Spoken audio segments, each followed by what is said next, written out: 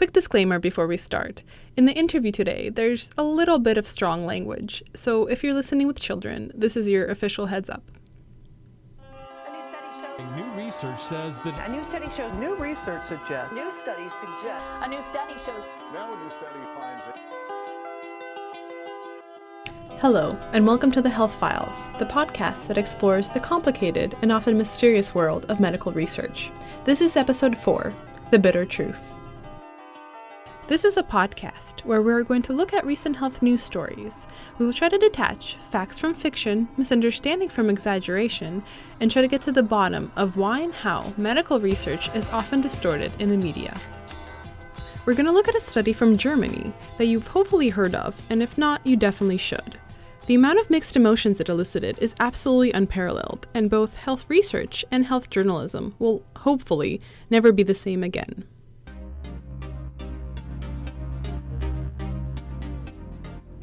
We will be joined today with the author of the study, Dr. John Bohannon, once revered as the research director of the Institute of Diet and Health, currently back to being a journalist, visiting professor at Harvard University, owner and chief judge of the Dance Your Ph.D. competition, and, I would say, professional badass. The study was about, prepare your salivary glands, chocolate.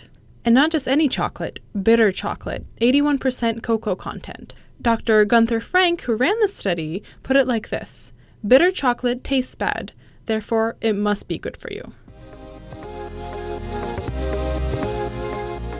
As per Calls to Health podcast protocol, let's first look at some popular media publications, and then we can get to what makes this study so very, very special. This was actually a little more difficult than usual, because many of the originally published stories have now been taken down, and the reasons for that we'll get to a little later. But among the ones still up are: lose 10% more weight by eating a chocolate bar every day, from prevention.com, pass the Easter egg, new study reveals that eating chocolate doesn't affect your body mass index, from the dailymail.uk, and chocolate accelerates weight loss, research claims it lowers cholesterol and aids sleep, from express.co.uk.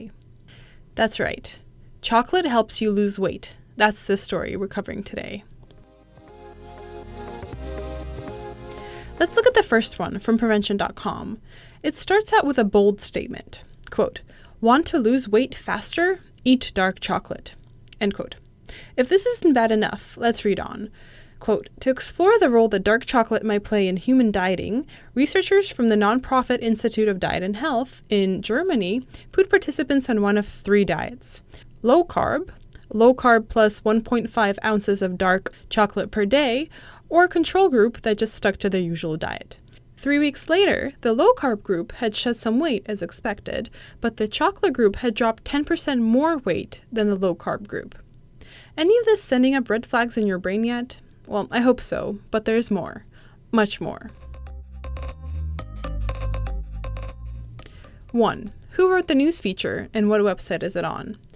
So according to the website, the author of this article is a Miss Aviva Patz, a self-described clean-eating vegetarian beauty junkie who's been covering wellness, including health, mental health, nutrition, and relationships for nearly 25 years.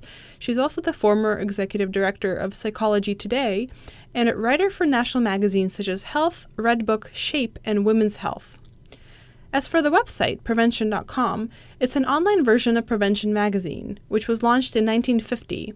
It is also the self-proclaimed world's most established healthy lifestyle brand. It claims that for more than 60 years, it has delivered authoritative information, breaking news, and authentic lifestyle advice that inspires, challenges, and provides practical strategies to enhance and even save lives. Some very high standards there, and I'm not sure they always hold up. Anyways, Prevention is a magazine, and Prevention.com is owned by Rodale Inc., which describes itself as an independent, healthy, happy living company.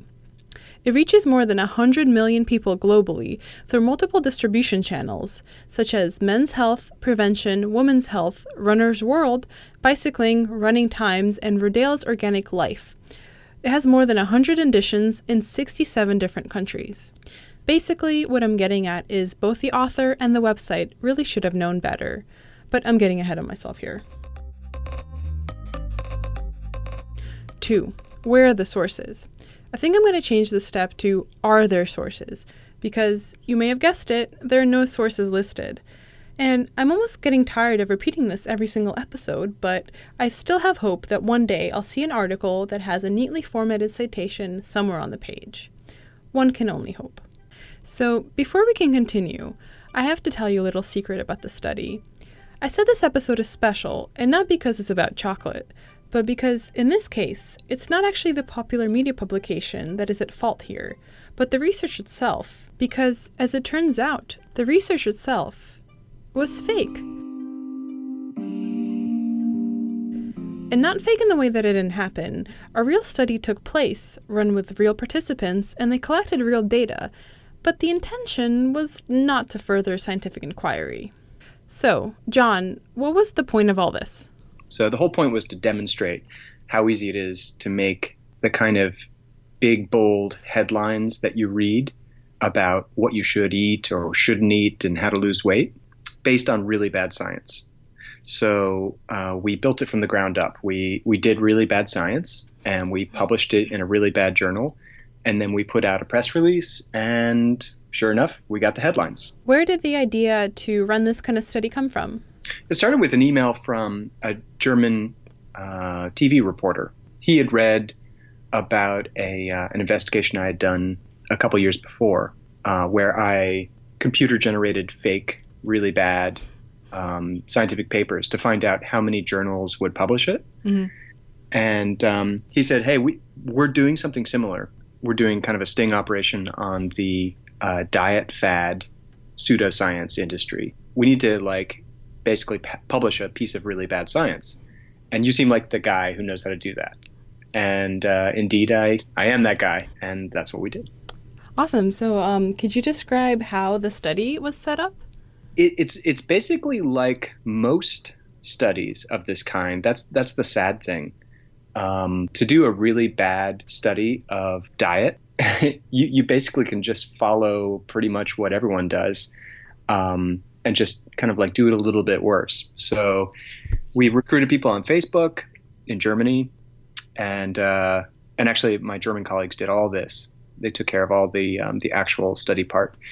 And it was a 3-week trial where you followed one of 3 different diets, and you got a bunch of things measured about you at the beginning of the study and at the end, and you kept a little diary and filled out some data every day, and that's it.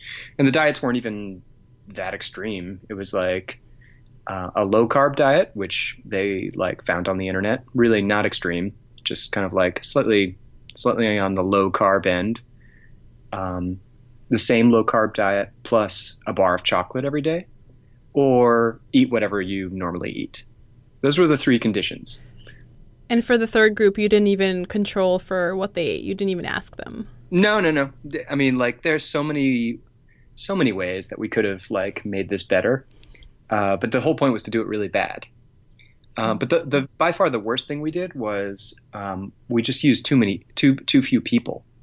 It was 16 people, and I think 1 dropped out. So I think it was 15. With that small of a number, when you're measuring something that's inherently noisy, like body weight and all the other things we measured, you're basically setting yourself up for failure. In other words, if you get a result that's exciting, you're definitely flirting with disaster, because what you're seeing is probably a false positive. It's basically a fake result. So would you say that's one of the main critical flaws of the study? Yeah, this is one of the critical flaws of this entire scientific field is that they do these underpowered studies. Underpowered means you don't have enough data to really, answer the questions you want to answer. So just curious, you mentioned that 1 participant dropped out. Any specific reason? Voluntary. I think the subject just chose to drop out. I'm not sure. Okay. So it wasn't they suddenly became allergic to chocolate or something dangerous or anything like that? No. And before we even did it, we screened people for anything that might matter in terms of their health and safety. So, made sure that they didn't have eating disorders, at least no reported eating disorders, health problems. They couldn't be pregnant. No huge allergies, anything like that got screened out. Mm-hmm.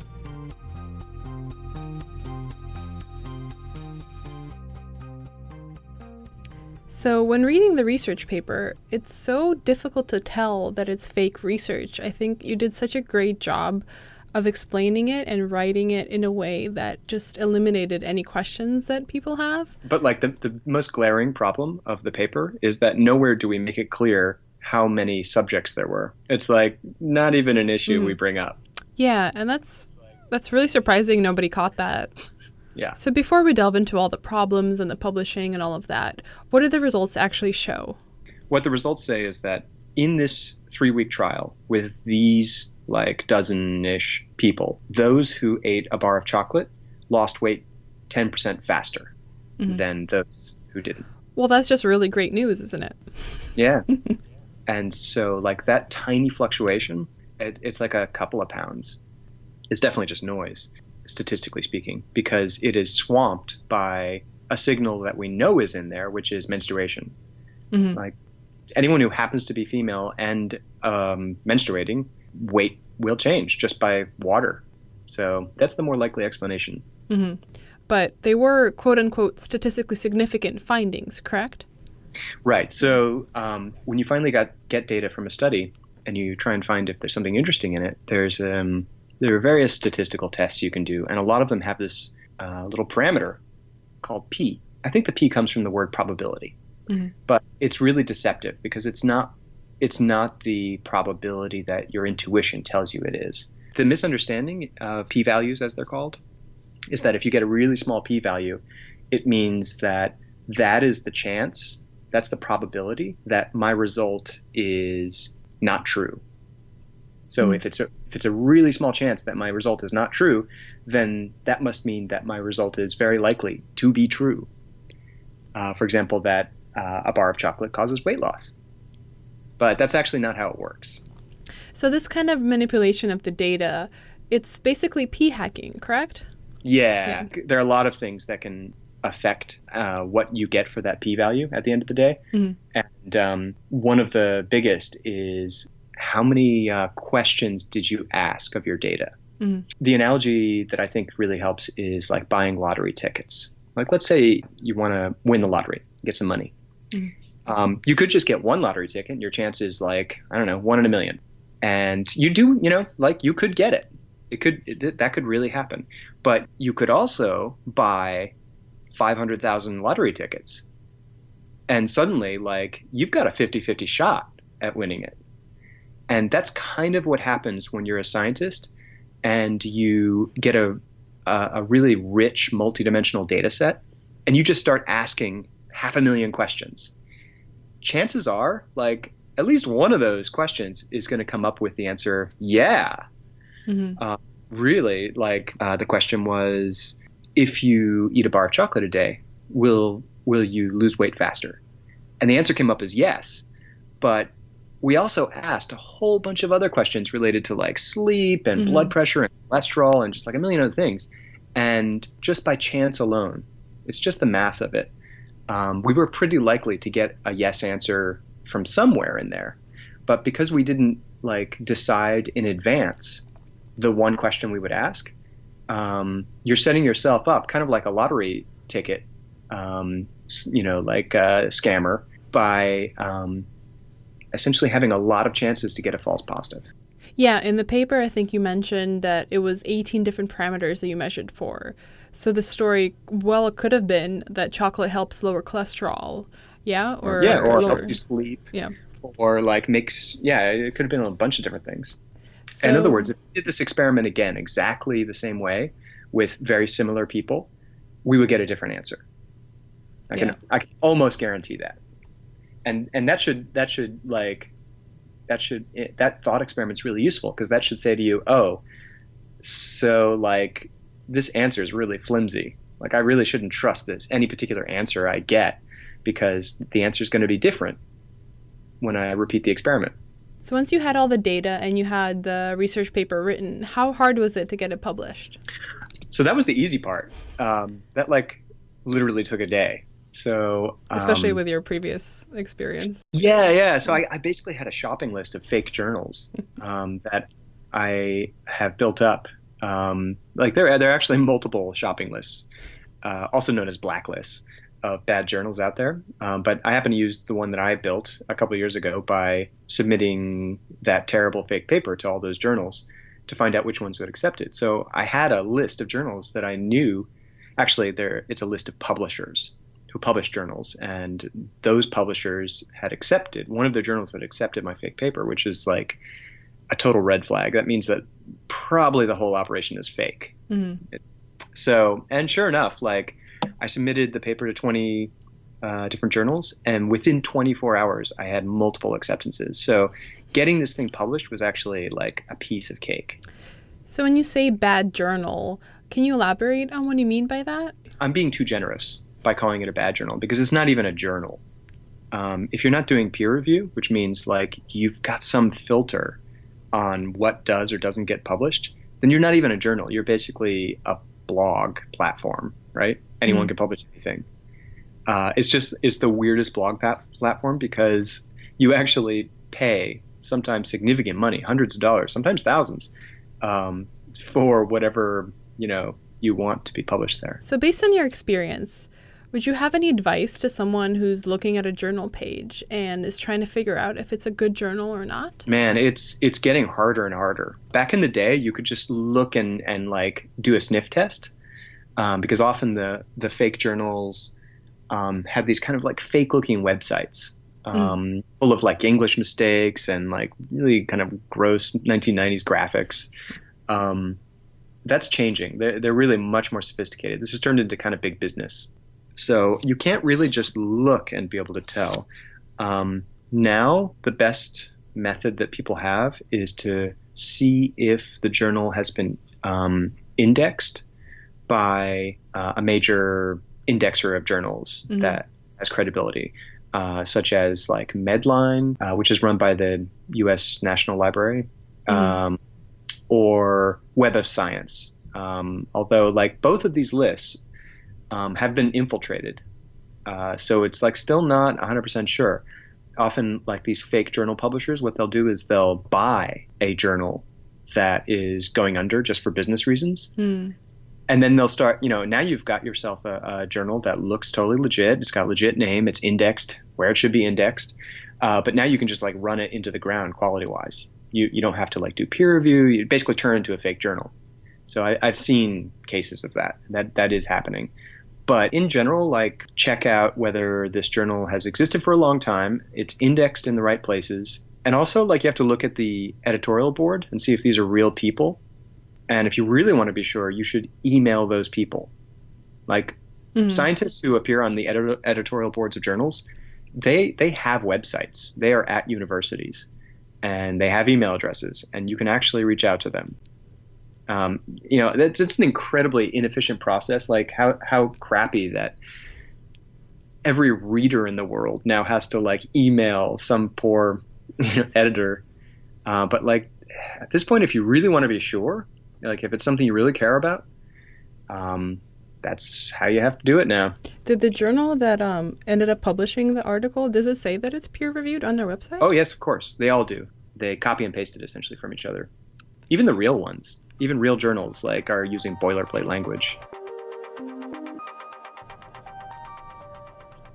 How fast was the media on the story? Within a couple days, for sure. Maybe even less. It was a very fast turnaround. Yeah, it was in the Daily Mail basically before I like even knew it. Like I was sent a link to the story, not like an email. Hey, I think the Daily Mail is picking us up because they didn't even contact us. Yeah, what percentage, if you'd have to estimate, actually contacted you or your team before publication? Ooh, like less than, I don't know, on order of 1%. Wow. Yeah, like just like a handful. Why do you think that is? Is that not standard journalistic practice anymore? It's not in this part of journalism. So this is basically quasi-journalism, maybe even like it's fair to call it fake journalism. kind of like how a journal isn't a journal if you have no quality control. I don't think journalism is journalism if you're not really doing any quality control. So quality control means, for example, you at least contact one outside source. Like you need to rely on some expert, unless you yourself are an expert in this field, which is like no one is. Or at the very least, you better know how to read a scientific paper. So pretty much all the coverage we got looks like it was copy and pasting from and creative interpretation of a press release. And that's actually how you get most of your news. Most of the headlines that you read related to like diet, eat this, don't eat that, it's not journalism. It's coming from press releases. It's just like, it's sometimes called churnalism because they're just churning out these stories that look like journalism, but it's actually just regurgitated PR. Were you surprised at how far and fast the story spread? I mean, I wasn't truly surprised until I walked into Penn Station in New York City and picked up one of those really expensive glossy magazines. It was Shape. And I opened up to the middle and I found my so-called scientific breakthrough right there. And me quoted, I was posing as Johannes Bohannon. Like, they took the bait. And that's like real money. Shape magazine is a big operation. Were they one of the ones that contacted you? Yes. A reporter contacted me and asked a series of essentially pointless softball questions so that she could pad the article. Questions like, what kind of chocolate do you think, is the best kind to eat? And that you mentioned brands, like specific brands, I think, in some of the articles. Man. Yeah, man, because readers, that's the whole point of this kind of pseudo journalism, is to give essentially readers fake actionable advice. Yeah, and you mentioned that you used a fake name to publish this study, and also you stated an organization that you were the head researcher of. Yeah. Which was completely fake as well. Oh, yeah, it was all fake. Did it even have a website at that point? It did. We made a fake little WordPress website. And you haven't used the pseudonym before? It wasn't like there was other articles? No, it was all made fresh for this stunt. Yeah, basically like the thinnest veneer of credibility.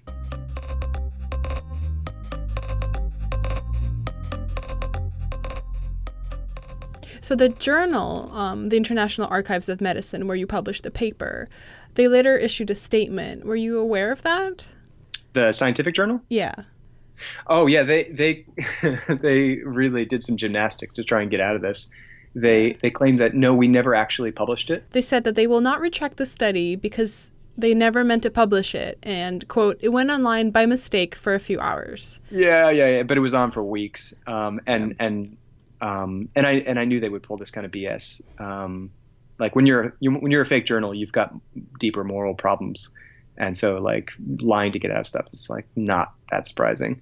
I actually sent the link to the article to several like highly credible colleagues, including Ivan Aransky at Retraction Watch.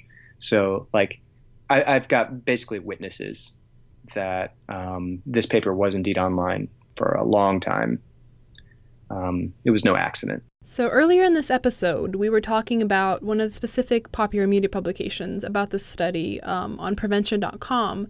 And they published an article about it. And later they added an editor's note, which I have here and I wanted to read to you. It says, this article reports on a study later revealed to have been conducted by an unqualified researcher who manipulated the statistics in order to produce a significant result. It was published in a journal that doesn't peer review its research, and we regret that error. There is legitimate research on the benefits of chocolate, but this study doesn't qualify. Any comments on that? Oh, it's like poetry of the absurd. I love it. Basically, they're doing a deep disservice to their readers. It's just like open-faced lying to their readers by trying to mislead them into thinking that like this was a scam that was somehow like perpetrated on their readers by me, when in fact it was a scam perpetrated on them to reveal that they weren't even doing their job, and I caught them. Yeah. So it's like, and then they have to just like do this painful twisting of the words to try and make it seem barely plausible that like they're not in the wrong here. No, definitely, because I think a more honest note on that website would be this article on prevention.com was written by a journalist who did not check their sources and did not contact the researcher, and we apologize. Yeah, right on. You don't see that. Yeah, which I mean just goes to show essentially the values of the people at prevention.com. So I know we talked about the point or the intention behind this experiment before, but I just wanted to clarify. I mean, it exposed so many different things, the problems of statistical manipulation of data, the lack of journal peer review procedures, the media hunger for catchy stories, the lack of communication between researchers and the media, the lack of journalist education, or fact-checking skills.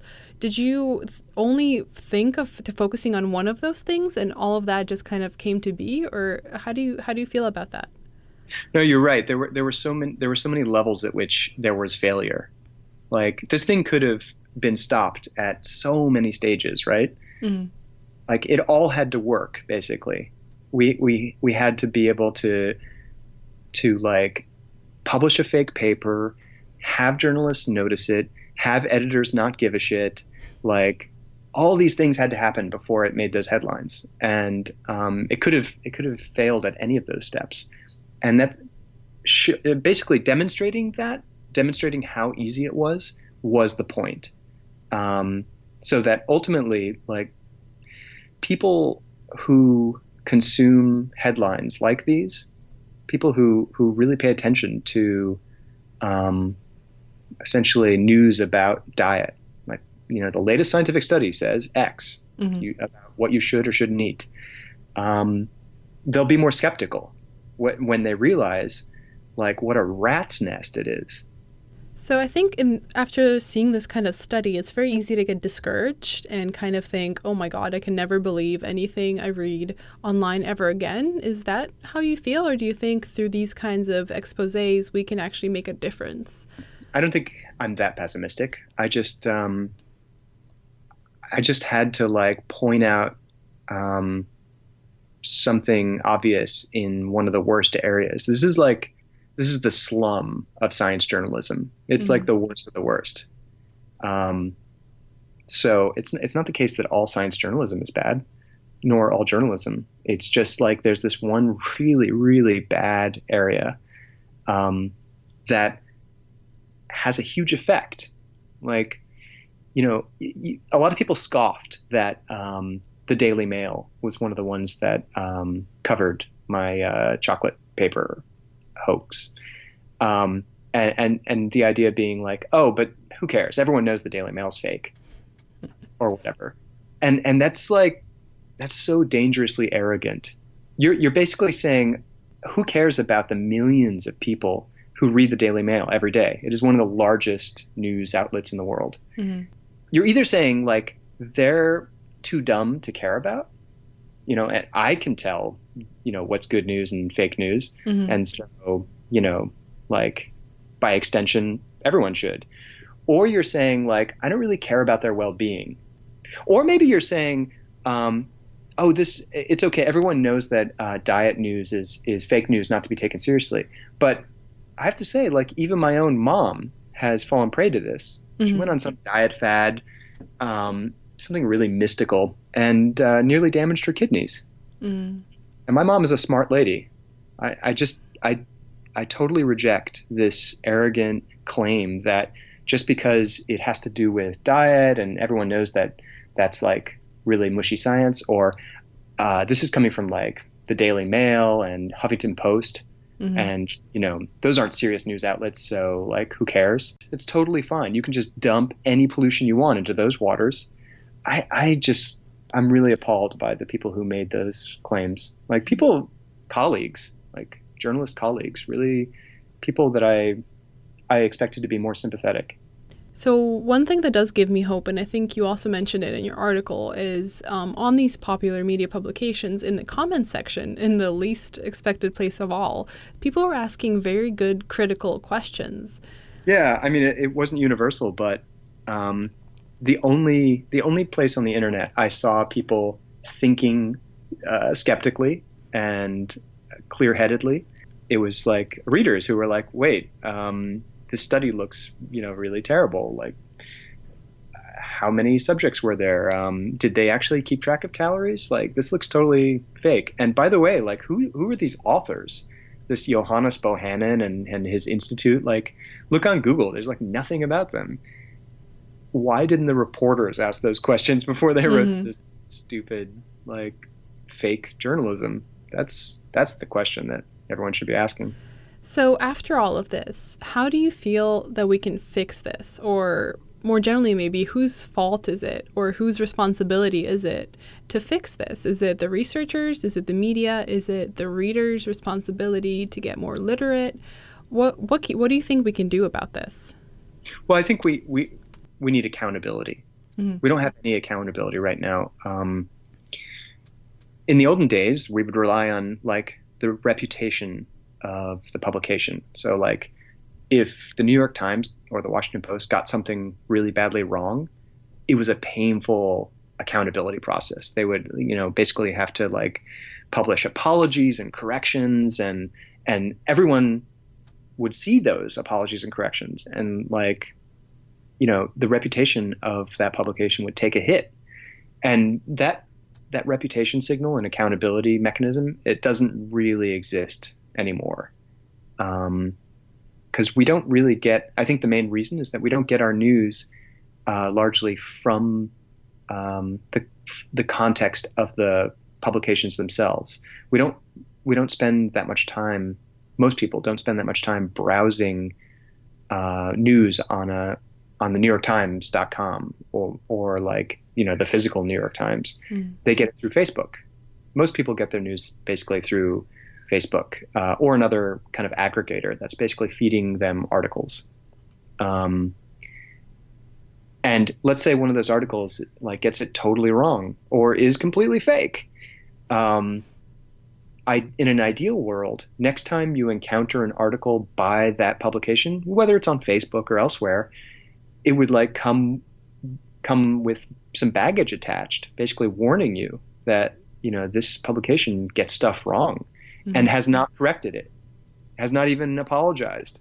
Like, imagine you went to prevention.com and read their latest whatever, and like your browser somehow warned you, by the way, like, don't trust these guys. They do not have your interests or the truth in mind, because take a look. Here's a bunch of examples, recent examples. We don't have a mechanism like that. I'm not even sure how to build it, but I'm thinking about it. A lot of people are thinking about it, how to essentially build reputation and accountability back into journalism for the internet. I'm not sure how to solve it. So from the three players, from like the researchers, the journalists, and the readers, essentially you think the journalists would be the ones to target? I feel like the journalists bear the most responsibility. Most scientists, really the vast majority of scientists, are doing a good job and have integrity. And I don't feel like that's true of certain parts of journalism. I think like there's a huge portion of our like profession that isn't even doing journalism, and readers just can't tell the difference, like any more than journalists can tell the difference between real and fake scientific papers. That's why journalists rely on outside sources, outside experts, to make sure that they're, detecting BS. And you can't expect readers, every time they want to read the news, to have like an army of fact checkers making sure that what they read is real. That's supposed to have already happened. And so I really think most of the responsibility is on us, the journalists.